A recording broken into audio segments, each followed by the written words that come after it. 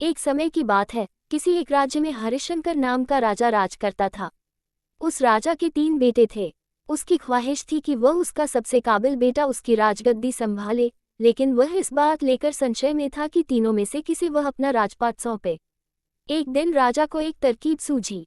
उसने उसी समय अपने तीनों बेटों को बुलाया और कहा, बेटे, आज मैं तुम सबसे एक सवाल पूछता हूँ। अगर तुम लोगों के सामने एक गुनहगार खड़ा हो तो तुम उसके साथ क्या करोगे? इस पर राजा के पहले बेटे ने कहा, उस अपराधी को सजाए मौत दी जानी चाहिए।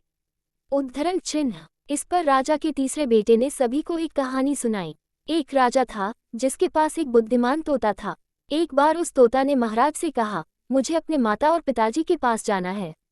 राजा ने उसकी बात नहीं मानी, लेकिन तोता ने हार नहीं मानी। वह लगातार महाराज से जिद करने लगा कि मुझे माता पिता के पास जाने दें। अंत में राजा ने तोता की बात मान ली और कहा, ठीक है, तुम अपने माता पिता से मिलकर आओ, लेकिन वहां ज्यादा दिन नहीं रुकना।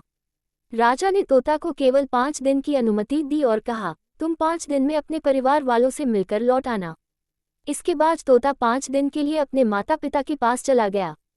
छठे दिन जब वह राजा के पास लौट रहा था तो उसने सोचा कि क्यों न वह महाराज के लिए कुछ उपहार ले लिया जाए। फिर वह पर्वत की ओर निकल पड़ा। दरअसल वह महाराज के लिए अमृत फल लेना चाहता था। वहां पहुंचते पहुंचते रात हो गई। तोता ने पर्वत पर पहुंचकर फल तो ले लिया, लेकिन रात हो जाने के कारण वह आगे नहीं बढ़ा और वहीं रुक गया।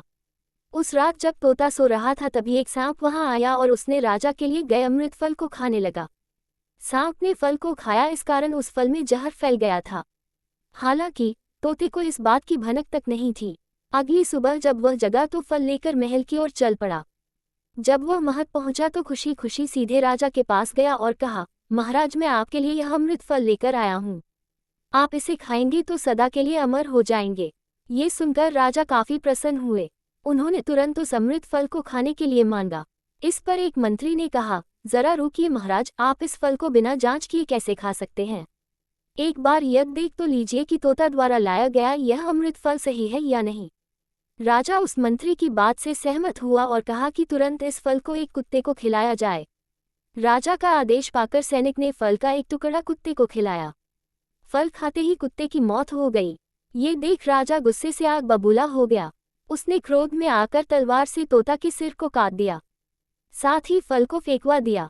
कुछ साल बाद ठीक उसी स्थान पर एक पौधा निकल आया।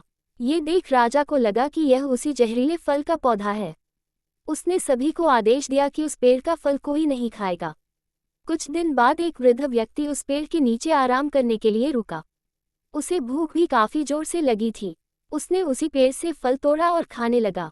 फल खाने के बाद वह बूढ़ा व्यक्ति एकदम से जवान हो गया। राज ने जब ये देखा तो वह आश्चर्यचकित रह गया। उसे समझ आ गया कि वह फल जहरीला नहीं था। उससे बहुत बड़ी गलती हो गई। उसने बिना सच्चाई जाने तोता को मार दिया। इसे लेकर उसे काफी पछतावा भी हुआ। इसके लिए वह मन ही मन खुद को कोसने लगा। इधर तीसरे राजकुमार की कहानी खत्म होने के बाद राजा हरिशंकर ने उसे ही अपना उत्तराधिकारी नियुक्त किया। इसके बाद राज्य में जश्न मनाया गया। इस कहानी से हमें ये सीख मिलती है कि हमें कभी भी बिना जांच किए किसी को सजा नहीं देनी चाहिए।